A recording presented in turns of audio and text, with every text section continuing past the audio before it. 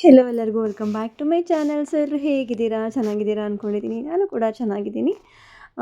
ಇವತ್ತು ನಾನು ಕೆಲಸಕ್ಕೆ ಹೋಗಿಲ್ಲ. ಯಾಕೆ ಏನು ಅಂತ ಹೇಳ್ತೀನಿ. ಸೊ ಇವತ್ತು ಆಷಾಢ ಅಂದರೆ ಈ ತಿಂಗಳು ಫುಲ್ಲು ಆಷಾಢ ನಡೀತಾ ಇದೆ. ಆಷಾಢ ಅಂದರೆ ಏಕಾದಶಿ ಆದಮೇಲೆ ಮನೆಯಲ್ಲಿ ನಾವು ಆಷಾಢಮ್ಮ ಪೂಜೆ, ಆಷಾಢ ಲಕ್ಷ್ಮೀ ಪೂಜೆ ಅಂತ ಮಾಡ್ತೀವಿ. ಸುಮಾರು ಜನ ಅಜ್ಜಿ ಪೂಜೆ ಅಂತ ಕೂಡ ಮಾಡ್ತಾರೆ. ನಂಗೆ ಗೊತ್ತಿರಲಿಲ್ಲ ಅಜ್ಜಿ ಪೂಜೆ ಅಂತ ಮಾಡ್ತಾರೆ ಅಂತ ಹೇಳಿ. ಸೊ ನಾವು ಆಷಾಢ ಲಕ್ಷ್ಮೀ ಪೂಜೆ ಅಂತಲೇ ಹೇಳ್ತೀವಲ್ಲ. ಸೊ ನಾನು ಹೀಗೆ ನನ್ನ ಕೆಲಸಕ್ಕೆ ಹೋಗ್ತಿದ್ನಲ್ಲ, ಅಲ್ಲಿ ಎಲ್ಲ ಅಜ್ಜಿ ಪೂಜೆ ಮಾಡಬೇಕು, ಅಜ್ಜಿ ಪೂಜೆ ಮಾಡಬೇಕು ಅಂತ ಹೇಳಿ. ಸೊ ಇದೇನು ಅಜ್ಜಿ ಪೂಜೆ ಅಂತ ಕೇಳಿದಾಗ, ಆಷಾಢ ಮಾಸದಲ್ಲಿ ನಾವು ಅಜ್ಜಿ ಪೂಜೆ ಅಂತ ಮಾಡ್ತೀವಿ ಅಂತ ಹೇಳಿದ್ರು. ಸೊ ನೀವು ಆಷಾಢದಲ್ಲಿ ಅಜ್ಜಿ ಪೂಜೆ ಅಂತೀರಾ, ನಾವು ಆಷಾಢ ಲಕ್ಷ್ಮೀ ಪೂಜೆ ಅಂತ ಹೇಳ್ತೀವಿ ಅಂತ ಅಂದೆ. ಸೊ ಇವತ್ತು ನಮ್ಮ ಮನೆಯಲ್ಲಿ ಆಷಾಢ ಲಕ್ಷ್ಮೀ ಪೂಜೆ ಮಾಡ್ತಾಯಿದ್ದೀನಿ. ಸೊ ಹಾಗಾಗಿ ಇವತ್ತು ನಾನು ಕೆಲಸಕ್ಕೆ ಹೋಗಿಲ್ಲ. ಯಾಕಂದರೆ ಹೋಗಿ ಮತ್ತೆ ಸಂಜೆ ಬರೋದು, ಮುಸ್ಸಂಜೆನೇ ಪೂಜೆ ಮಾಡೋದಲ್ವ. ಸೊ ಹಾಗಾಗಿ ಮತ್ತೆ ಟೈಮ್ ಆಗೋದಿಲ್ಲ ಅಂತ ಹೇಳಿ ಇವತ್ತು ಹೋಗಿಲ್ಲ. ಸೊ ಹಾಗೆ ಇವತ್ತು ಸಂತೆ ಬೇರೆ ನಮ್ಮೂರಲ್ಲಿ. ಡೈಲಿ ನಾವು ಅರ್ಜೆಂಟಿಗೆ ಹಾಗೆ ಕವರಲ್ಲಿ ಹಾಕಿ ಇಟ್ಟು ಹೋಗ್ಬಿಡ್ತೀನಿ. ಇವತ್ತು ಎಲ್ಲ ತೊಳೆದು ಒಂದು ಕಾಟನ್ ಬಟ್ಟೆಯಲ್ಲಿ ಹಾಕಿದ್ದೀನಿ. ಸೊ ಎಲ್ಲ ಕ್ಲೀನಾಗಿ ತೊಳೆದು ಬಾಕ್ಸಲ್ಲಿ ಹಾಕಿಬಿಟ್ರೆ ಡೈಲಿ ನಮಗೆ ಯೂಸ್ ಆಗಿಬಿಡುತ್ತೆ. ಹಾಗೆ ಪುದೀನ ಸೊಪ್ಪು, ಕೊತ್ತಂಬರಿ ಸೊಪ್ಪು ಎಲ್ಲನೂ ಕ್ಲೀನಾಗಿ ತೊಳೆದಿದ್ದೀನಿ. ಬೆಳಗ್ಗೆಯಿಂದನೇ ಎಲ್ಲ ಕಡೆಯಿಂದನೂ ಒಂದು ಕಡೆಯಿಂದ ಮಾಡ್ಕೊಂಡು ಬಂದರೆ ಒಂದೊಂದೇ ಕೆಲಸ ಆಗ್ತವೆ. ಸೊ ಈ ದಂಟೆಲ್ಲ ತೆಗೆದ್ಬಿಟ್ಟು ಈ ಥರ ಚೆನ್ನಾಗಿ ತೊಳೆದ್ಬಿಟ್ಟು ಒಣಗಿಸ್ಬೇಕು. ಅಂದರೆ ನಿಮಗೆ 15-20 ದಿನ ಆದ್ರೂ ಈ ಹಸಿಮೆಣ್ಸಿನ್ಕಾಯಿ, 20 ದಿನ ಅಲ್ಲ, 1 ತಿಂಗಳಾದ್ರೂ ಹಸಿಮೆಣ್ಸಿನ್ಕಾಯಿ ಕೆಡೋದೇ ಇಲ್ಲ, ಅಷ್ಟು ಚೆನ್ನಾಗಿರ್ತವೆ. ಈ ತರಕಾರಿ ಅಂತೂ ನಾವು ಡೈಲಿ ಮಾಡ್ತಾಯಿರ್ತೀವಿ, ಖಾಲಿ ಆಗುತ್ತೆ. ಸೊ ಹಸಿಮೆಣ್ಸಿನ್ಕಾಯಿ ಚೆನ್ನಾಗಿರ್ತವೆ. ಹಾಗೆ ಕರಿಬೇವು ಕೂಡ ಇತ್ತು. ಕರಿಬೇವು ಕೆಲವೊಂದು ಸರ್ತಿ ತುಂಬ ಮಣ್ಣಾಗಿರುತ್ತೆ. ಹಾಗಾಗಿ ಈ ಥರ ಫ್ರೀ ಇದ್ದಾಗ ನಾನು ಕರಿಬೇವು ಕೂಡ ಚೆನ್ನಾಗಿ ತೊಳೆದ್ಬಿಟ್ಟು ಅದನ್ನು ಕೂಡ 1 ಡೇ ಫುಲ್ಲು ಒಂದು ಬಟ್ಟೆಯಲ್ಲಿ ಹಾಕ್ಬಿಡ್ತೀನಿ. ಸೊ ಅದು ನೀರೆಲ್ಲ ಚೆನ್ನಾಗಿ ಹೋಗಬೇಕು, ಸ್ವಲ್ಪನೂ ಕರಿಬೇವಿಗೆ ಇರಬಾರ್ದು. ಆವಾಗ ಒಂದು ಬಾಕ್ಸಲ್ಲಿ ಹಾಕಿ ಇಟ್ಬಿಡ್ತೀನಿ. ನೋಡಿದ್ರಲ್ಲ, ಈ ಥರ ಕೊತ್ತಂಬರಿ ಸೊಪ್ಪನ್ನು ತಂದಿದ್ರು. ಪುದೀನ ಸೊಪ್ಪು ಯೂಶ್ವಲಿ ನಾನು ಕವರಲ್ಲಿ ಹಾಕಿ ಇಟ್ಬಿಡ್ತೀನಿ. ಸೊ ನಾವು ಕೆಲಸಕ್ಕೆ ಹೋದ್ರೇ ನಮಗೆ ಕೆಲಸ ಅಂದ್ಕೋತೀವಿ, ಬಟ್ ಮನೆಯಲ್ಲಿದ್ರೂ ಸಿಕ್ಕಾಪಟ್ಟೆ ಕೆಲಸ ಇದ್ದೇ ಇರ್ತವೆ. ಸೊ ಏನು ಮಾಡ್ತಾನೆ ಇರ್ತೀವಿ. ಹಾಗೆ ಫ್ರಿಜ್ಜು ತುಂಬ ಮೆಸ್ಸಿ ಆಗಿಬಿಟ್ಟಿತ್ತು, ನೋಡೋಕ್ಕೆ ಆಗ್ತಿರ್ಲಿಲ್ಲ. ನನಗೆ ಫ್ರಿಜ್ ಓಪನ್ ಮಾಡಬೇಕು ಅಂದ್ರೇ ಇಷ್ಟ ಆಗ್ತಿರ್ಲಿಲ್ಲ. ಹಾಗಾಗಿ ಅದನ್ನು ಕೂಡ ಎಲ್ಲ ತೆಗೆದು ಕ್ಲೀನ್ ಮಾಡಿಕೊಂಡೆ. ಡೋರ್ ಹತ್ರ ಇರೋದನ್ನು ಕ್ಲೀನ್ ಮಾಡಿಲ್ಲ ಇನ್ನು. ಸೊ ಇನ್ನು ಶ್ರಾವಣ ಬರುತ್ತೆ, ಇನ್ನು ಕ್ಲೀನಿಂಗ್ ಅಂದರೆ ನಡೆಯುತ್ತೆ. ಅದರಲ್ಲೂ ಇಷ್ಟೆಲ್ಲ ಕ್ಲೀನ್ ಮಾಡಿಕೊಂಡೆ.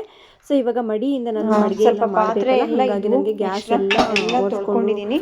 ಸ್ಟ್ಯಾಂಡ್ಸ್ ಎಲ್ಲ ತೊಳೆದು ಕ್ಲೀನಾಗಿ, ಇನ್ನೂ ಸ್ವಲ್ಪ ಪಾತ್ರೆ ಇದ್ವು ಎಕ್ಸ್ಟ್ರಾ, ಎಲ್ಲ ಕ್ಲೀನ್ ಮಾಡಿಕೊಂಡು ಇಷ್ಟು ಕ್ಲೀನ್ ಮಾಡಿಕೊಂಡು ಇವಾಗ ಸ್ನಾನ ಮಾಡ್ಕೊಂಡು ಟಿಫನ್ ಕೆಲಸ ಆಯಿತು, ಕ್ಲೀನಿಂಗ್ ಕೆಲಸ ಆಯಿತು. ಅಂದರೆ ಕ್ಲೀನ್ ಇದ್ದಷ್ಟು ನಮಗೆ ಬೇಗ ಕೆಲಸ ಆಗುತ್ತೆ. ಎಷ್ಟು ರೂಪ ಮಾಡ್ಕೊಂತೀನೋ ಅಷ್ಟು ಕೆಲಸ ಆಗುತ್ತೆ. ಸಂಜೆಗೆ ಇವಾಗೆಲ್ಲ ಅಡುಗೆ ಎಲ್ಲ ಕ್ಲೀನ್ ಮಾಡ್ಕೋಬೇಕು. ಈ ಥರ ಎಲ್ಲ ಇವಾಗ ಬೆಳಗ್ಗೆ ಕೆಲಸ ಆಯಿತು. ಇವಾಗ ಸ್ನಾನ ಮಾಡ್ಕೊಂಡು ಪೂಜೆ ಮಾಡ್ಕೋಬೇಕು. ಬನ್ನಿ ಸ್ನಾನ ಮಾಡಿಕೊಂಡು ಪೂಜೆ ಮಾಡ್ಕೊಳ್ಳೋಣ. ಸೊ ನೋಡಿದ್ರಲ್ಲ, ಪೂಜೆ ಅಂದರೆ ಬೆಳಗ್ಗೆನೇ ಎಲ್ಲ ರೆಡಿ ಮಾಡಿಕೊಂಡು ಪೂಜೆ ರೆಡಿ ಮಾಡಿಬಿಟ್ರೆ ಸಂಜೆಗೆ ನಮಗೆ ಈಸಿ ಆಗಿಬಿಡುತ್ತೆ. ಪೂಜೆ ಎಲ್ಲ ಆಯಿತು. ಹಾಗೆ ಹೂವಿಗೆ ನಮಗೆ ಕಡಿಮೆನೇ ಇಲ್ಲ ನಿಜವಾಗ್ಲೂ. ಮುಂಚೆ ಕೆಲವೊಂದು ಟೈಮ್ ಹೂ ಇರ್ತಿರಲಿಲ್ಲ. ಸೊ ನೇತ್ರಮ್ಮ ಬಂದಾಗಿಂದನೂ ನನಗೆ ಹೂವಿನ ಕಡಿಮೆನೇ ಇಲ್ಲ. ಡೈಲಿ ಹೂ, ಒಂದು ರಾಶಿ ಹೂ ತಂದು ಕೊಡ್ತಾರೆ. ಸೊ ದೇವ್ರ ಮನೆಗೆ ಮುಡಿಸಿ ಇನ್ನು ಉಳಿದಿದ್ದೆಲ್ಲ ಒಂದು ಹೂ ಹಾರ ಕಟ್ಟೋಣ ಅಂತ ಹೇಳಿ ಮಾಲೆ ಕಟ್ಕೋತಾ ಇದ್ದೀನಿ. ಸೊ ಸಂಜೆಗೆ ಮತ್ತು ಪೂಜೆಗೆ ಆಗುತ್ತೆ ಅಂತ ಹೇಳಿ ಅದೆಲ್ಲ ಮುಗಿಸ್ಕೊಂಡು ಮತ್ತೆ ನಾನು ಇಲ್ಲಿ ಮಸಾಲೆ ರೆಡಿ ಮಾಡ್ಕೊಂಡಿದ್ದೀನಿ. ಹಾಗೆ ಇಲ್ಲಿ ಉಪ್ಪು, ಖಾರ, ಧನಿಯಾ ಪೌಡರು, ಅರಿಶಿನ ಪೌಡರು ಎಲ್ಲ ಹಾಕಿ, ಹಾಗೆ ಟೊಮೊಟೊ ಪೇಸ್ಟ್ ಕೂಡ ಹಾಕಿದ್ದೀನಿ. ಸೊ ಇದಕ್ಕೆ ಟೊಮೊಟೊ ಪೇಸ್ಟ್ ಹಾಕಿದ್ದೀನಿ ನಾನು. ಟೊಮೊಟೊ ಪೇಸ್ಟ್ ಮಿಕ್ಸರ್ ಮಾಡ್ಕೊಂಬಿಟ್ಟು ಟೊಮೊಟೊನ ಹಾಕಿದ್ದೀನಿ. ಹಾಕಿ ಒಂದು ಅರ್ಧ ಗಂಟೆ ಆಗಿದೆ, ನಾನು ಉಪ್ಪು ಖಾರದಲ್ಲೇ ಬಿಟ್ಟಿದ್ದೀನಿ. ಸೊ ಇದು ಚೆನ್ನಾಗಿ ಮಟನಿಗೆ ಚೆನ್ನಾಗಿ ಮ್ಯಾರಿನೇಟ್ ಆಗುತ್ತೆ. ಸೊ ಅಲ್ಲಿ ತನಕ ನಾನು ಮಸಾಲೆ ಎಲ್ಲ ತೆಕ್ಕೊಂಡಿದ್ದೀನಿ. ಸೊ ಮಾಮೂಲಿ ಗೊತ್ತಿರುತ್ತಲ್ಲ, ಶುಂಠಿ, ಬೆಳ್ಳುಳ್ಳಿ, ಕೊತ್ತಂಬರಿ ಸೊಪ್ಪು, ಹಾಗೆ ನಾನು ಸ್ವಲ್ಪ ಮೆಣಸು ಹಾಕ್ತೀನಿ ಟೇಸ್ಟ್ ಬರುತ್ತೆ ಅಂತ ಹೇಳಿ. ಚಕ್ಕೆ, ಲವಂಗ, ಈರುಳ್ಳಿ, ಕೊಬ್ಬರಿ. ಸೊ ಕೊಬ್ಬರಿ ಸ್ವಲ್ಪ ಜಾಸ್ತಿ ಹಾಕಿದ್ದೀನಿ. ಇಲ್ಲ ಯೂಶ್ವಲಿ ನಮಗಂದರೆ ಸ್ವಲ್ಪ ಇಷ್ಟೇ ಹಾಕ್ಕೊಳ್ತೀನಿ. ಸೊ ಇದು ನಮ್ಮ ಮಾವನವರಿಗೆ ಮತ್ತು ನಮ್ಮ ಅಮ್ಮನವ್ರಿಗೆಲ್ಲ ಕಳಿಸ್ಬೇಕು, ಹಾಗಾಗಿ ಸ್ವಲ್ಪ ಜಾಸ್ತಿ ಹಾಕಿದ್ದೀನಿ. ಕೊತ್ತಂಬರಿ ಸೊಪ್ಪೆಲ್ಲ ತೊಳ್ಕೊಂಡು ರೆಡಿ ಇಟ್ಕೊಂಡಿದ್ದೀನಿ. ಇವಾಗ ಇದನ್ನು ಒಂದು ಮಿಕ್ಸಿ ಜಾರಿಗೆ ಹಾಕಿಬಿಟ್ಟು ನುಣ್ಣಗೆ ರುಬ್ಕೊಳ್ಳೋದು. ಬನ್ನಿ ಮಿಕ್ಸರ್ ಮಾಡ್ಕೊಳ್ಳೋಣ. ಆ ಕಡೆ ಮಸಾಲೆ ಎಲ್ಲ ಹರ್ಕೊಳ್ತಾ ಇದ್ದೀನಿ. ಹಾಗೆ ಉಪ್ಪು ಖಾರ ಎಲ್ಲ ಚೆನ್ನಾಗಿ ಎತ್ಕೊಳ್ತಾ ಇದೆ. ಒಂದು ಕಾಲು ಗಂಟೆ ಇವತ್ತು ಫ್ರೀ ಇದ್ನಲ್ಲ, ಮಧ್ಯಾಹ್ನದಿಂದನೇ ಅಡುಗೆ ಸ್ಟಾರ್ಟ್ ಮಾಡ್ಕೊಂಡಿದ್ದೆ. ಹಾಗಾಗಿ ಒಂದು ಅರ್ಧ ಗಂಟೆ ಉಪ್ಪು ಖಾರ ಎಣ್ಣೆಯಲ್ಲಿ ಬಿಟ್ಬಿಟ್ಟಿದ್ದೆ ಚೆನ್ನಾಗಾಗುತ್ತೆ ಅಂತ ಹೇಳಿ. ಹಾಗೆ ಮಸಾಲೆ ಸ್ವಲ್ಪ ನುಣ್ಣಗೆ ಅರೆದು ಟೊಮೊಟೊ ಪೇಸ್ಟ್ ಮುಂಚೆನೇ ಹಾಕಿದ್ನಲ್ಲ, ಸೊ ಇವಾಗ ನುಣ್ಣಗೆ ಮಾಡಿ ಹಾಕ್ತಾಯಿದ್ದೀನಿ. ಸೊ ನಮಗೆ ಎಷ್ಟು ಗಟ್ಟಿ ಬೇಕೋ ಸ್ವಲ್ಪ ತೆಳುವಾಗಿ ಬೇಕೋ ನೋಡ್ಕೊಂಬಿಟ್ಟು ನೀರು ಹಾಕ್ಕೊಂಡ್ರೆ ಆಯಿತು. ನಾನು ತುಂಬ ಗಟ್ಟಿಯಾಗೂ ಮಾಡ್ಕೊಂಡಿಲ್ಲ, ತುಂಬ ತೆಳುವಾಗೂ ಮಾಡ್ಕೊಂಡಿಲ್ಲ. ಚೆನ್ನಾಗಿ ಅಂದರೆ ಕುದ್ದು ಬಂದು ನಮಗೆ ಮೀಡಿಯಮ್ ಕರೆಕ್ಟಾಗಿ ಬರುತ್ತೆ. ಇವಾಗ ಲಿಡ್ಡನ್ನು ಕ್ಲೋಸ್ ಮಾಡ್ತಾಯಿದ್ದೀನಿ. ಸೊ ಮಟನ್ ಸಾರು ಇದು. ಮಟನ್ ಅಂದರೆ ನನಗೆ 7 ವಿಷಲ್ ಆಗಲೇಬೇಕು. 7 ಇಲ್ಲ 8 ಆದರೂ ಮಾಡಿಸ್ತೀನಿ. ಸ್ವಲ್ಪ ಸಾಫ್ಟಾಗಿದ್ರೇ ಚೆಂದ ನಮ್ಮ ಮನೆಯಲ್ಲಿ. ಸೊ ಅದೆಲ್ಲ ಆದಮೇಲೆ ಹಿಟ್ಟೆಲ್ಲ ನಾದಿಟ್ಟಿದ್ದೆ.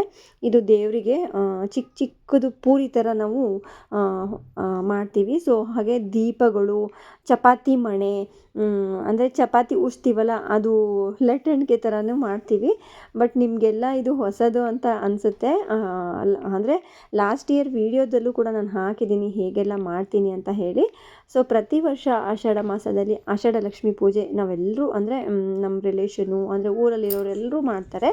ಮನೆ ಶಾಂತವಾಗಿರಲಿ ಅಂತ ಹೇಳಿ ಈ ಪೂಜೆ ಮಾಡೋದು. ಇಲ್ಲಿ ನಾನು ಅರಿಶಿನ, ಪೆಪ್ಪರ್ ಪೌಡರು ಎಣ್ಣೆಯಲ್ಲಿ ಹಾಕಿ ಚೆನ್ನಾಗಿ ಮಟನನ್ನು ಬೇಯಿಸ್ಕೊಂಡಿದ್ದೀನಿ. ಮಟನ್ ಎಲ್ಲ ಚೆನ್ನಾಗಿ ಬೆಂದಾದಮೇಲೆ ಇದಕ್ಕೆ ಸ್ವಲ್ಪ ಜಾಸ್ತಿ ನೀರು ಹಾಕ್ತಾಯಿದ್ದೀನಿ. ಯಾಕಂದರೆ ಈ ಎಲ್ಲ ನಾನು ದೀಪಗಳು ಏನು ಮಾಡ್ಕೊಂಡಿದ್ದೀನೋ, ಸೊ ಇದು ನೋಡಿ ದೀಪ, ಈ ಥರ ದೀಪಗಳು ಮಾಡ್ಕೋತೀನಿ. ಹೀಗೆಲ್ಲ ಮಾಡ್ಕೊಂಡಿದ್ದೀನಿ. ಇದು ಸ್ವಲ್ಪ ಮನೆಯಲ್ಲಿ ಮಕ್ಕಳಿಗೆ ಎಲ್ರಿಗೂ ಇಷ್ಟ, ಹಾಗಾಗಿ ಸ್ವಲ್ಪ ಜಾಸ್ತಿನೇ ಮಾಡ್ಕೊಂಡಿದ್ದೀನಿ. ಅದಕ್ಕೆ ಒಂದು ಕಾಲು ಗಂಟೆ ಮುಂಚೆನೇ ಉಜ್ಜೋಕ್ಕೆ ಕೂತ್ಕೊಂಡ್ಬಿಟ್ಟಿದ್ದೆ. ಸ್ವಲ್ಪ ತೆಳುವಾಗಿ ಮಾಡ್ಕೊಂಡಿದ್ದೀನಿ. ಈ ಥರ ನಾವು ದೇವರಿಗೆ ನೈವೇದ್ಯಕ್ಕೆ ಇಡಬೇಕು, ಹಾಗಾಗಿ ಈ ಥರ ಮಾಡ್ಕೊಂಡಿದ್ದೀವಿ. ಸುಮಾರು ಜನಕ್ಕೆ ಗೊತ್ತಿರಲ್ಲ, ನಮ್ಮ ಕಡೆ ಎಲ್ಲ ಹೀಗೆ ದೇವರಿಗೆ ನೈವೇದ್ಯ ಮಾಡಬೇಕು ಅಂತಂದರೆ ಈ ಥರ ಸಪ್ಪೆ ಮಟನ್ನು, ಅರಿಶಿನ ಮತ್ತು ಪೆಪ್ಪರ್ ಪೌಡರು, ಉಪ್ಪು ಎಲ್ಲ ಹಾಕಿ ಬೇಯಿಸ್ಕೊಂಡ್ಬಿಟ್ಟು ಈ ಥರ ದೀಪಗಳೆಲ್ಲ ಮಾಡಿಕೊಂಡು ಹಾಕ್ತೀವಿ. ಸೊ ನೋಡೋದ್ರಲ್ಲ, ಕುದಿಯೋ ನೀರಲ್ಲಿ ಹಾಕಿದ್ದೀನಿ. ಸೊ ನೀರು ಸ್ವಲ್ಪ ಜಾಸ್ತಿನೇ ಇರಬೇಕು. ಈ ಗೋಧಿ ಹಿಟ್ಟೆಲ್ಲ ಎಳ್ಕೊಂಡ್ಬಿಡುತ್ತೆ ನೀರನ್ನು. ಸೊ ಹಾಗಾಗಿ ತೆಳುವಾಗಿದ್ದರೆ ಚೆನ್ನಾಗೆ.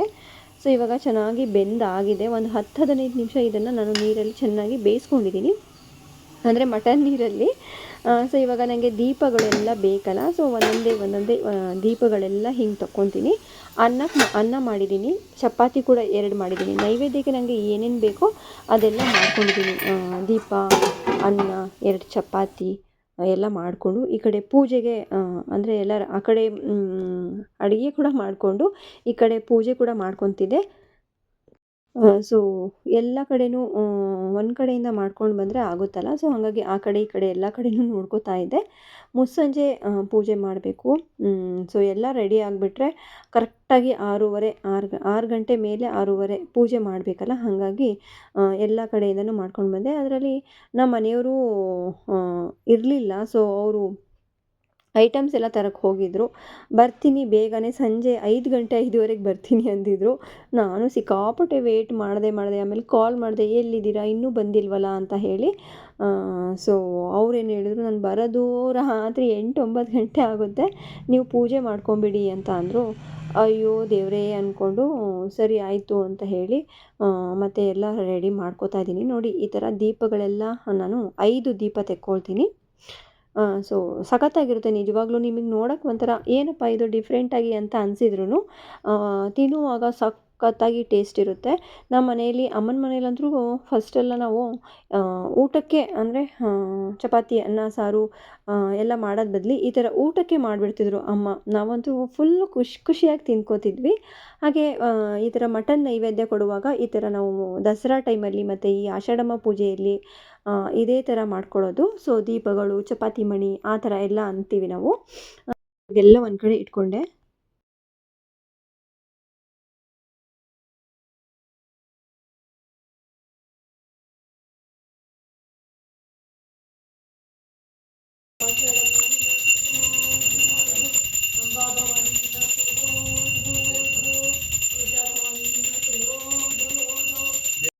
ನೋಡಿ 6:30 ಅಂತ ಅನ್ನೆಲ್ಲ ಕರೆಕ್ಟಾಗಿ ಪೂಜೆ ಮಾಡ್ಕೋತಾ ಇದ್ದೀನಿ.